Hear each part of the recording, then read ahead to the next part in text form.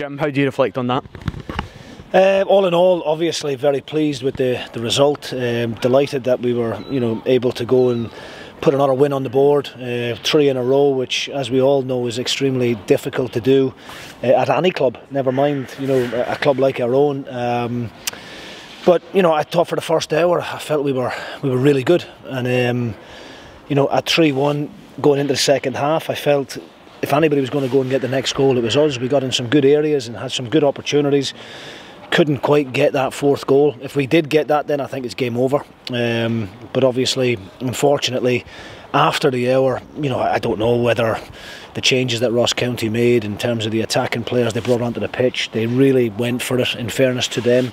And Malky Mackay deserves a lot of credit for that. But when you're 3-1 down, you can afford to throw the kitchen sink at the opposition, because the game's done anyway. And unfortunately, they got that second goal, and it caused a little bit of tension and a wee bit of nerves within the group. But lesser teams, I think, today would have crumbled and may have drew that game or even lost it. And I know character is a kind of a word that I talk about regularly when I talk about this group. But when I was doing my recruitment from day one, it was all about strong characters, good people, good mindset, and when the going gets tough, they can dig in. And when you look through that team there, even with the substitutes that come on, when we have to try and just see the result out, every single one of them is a warrior and a leader, and just desperate to get that win, not willing to allow Ross County to get that third goal, putting bodies on the line, blocks, Jack Annie coming and punching things, and it was a really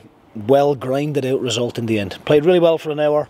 Ross County were by far the better team for the last half an hour, but listen, this is the Premier League that we're in at the end of the day. We don't expect to turn up to any ground, or be at home for that matter, and dominate games for 90 minutes.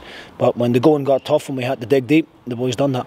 Talk about that 3 wins in a row, shows how tough it is, given it's the first time we've done that since 2008 as well. How pleased are you, and what have you said to the boys in terms of that as well, about what an achievement that actually is? Yeah, I wasn't aware that it was that long ago since we last won 3 games. I was having a laugh and a joke in there with Langfield and Sharpie about certainly didn't do it in my time. We struggled to put 2 wins back to back, never mind 3. So I know how good an achievement it is. We've got a huge game coming up on Sunday against Rangers, but let's make no bones about it. We want to go and get 4 wins in a row. Nobody will give us a chance in hell next Sunday. We know that. That's just the way it goes when Rangers or Celtic come to town. But we're in very good form at the moment, and they're probably not, if I'm being honest. So, let's go and have a go. Let's see what we can do next week. I don't think Stephen Gerrard and his players will be, really looking forward to coming to our place, considering the confidence that we've got in the group, the momentum.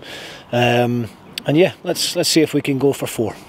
9 league games played, 13 points. It's essentially a quarter of the season done. How do you reflect on that first one?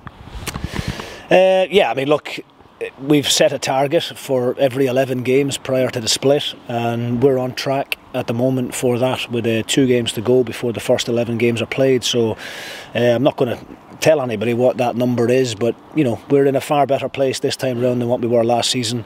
We're making progress, which is all anybody can ask for, as long as we can see ourselves moving in the right direction, becoming more competitive, not worrying about being in amongst that top 3 or 4 teams at the bottom, but actually really focusing and setting our sights on, can we catch Hibs, can we catch Motherwell, can we catch Hearts, can we close that gap? And that's always been the chat. Unfortunately, sometimes when you come out with those kind of words publicly in the press, you can get shot down very often, and people can kind of lambast you for getting too carried away. But so it's been my message from day one, and it will continue to be the message that we give to the players on a regular basis. Let's not settle for being in that relegation dogfight, and let's really kick on now and push ourselves right up into that top half of the table. Yeah, so let's see what we can do, Jim. And I reiterate that we're not getting carried away. I still don't believe we're playing anywhere near the level that we're capable of. We saw glimpses of it today in the first hour, but there's still more to come, and that's the pleasing thing. We've I don't think reached the heights that we're capable of yet. Just finally, a noisy travelling support here. How pleased were you to send them down the road with 3 points? Yeah, listen, they were brilliant. Delighted for them. We spoke about the atmosphere they generated at Livingston in the last league game. You know, I hope they understand how much the players and the staff in there appreciate it. I hope they understand the difference that they can make on a match day as well. You know, the bit of crack and the bit of banter and the singing prior to the game is brilliant, because it gives the boys a real buzz. And we spoke about that, you know, prior to coming out onto the pitch. The players, you know, were talking about it in the dressing room. You know, let's give the fans something to go down the road happy about. You know, we're well aware of the expense that they go to financially. You know, it's a whole day travelling and a lot of money involved, and I'm thankful today that we could make that worthwhile. Jim, well done. All right, thanks James, top man.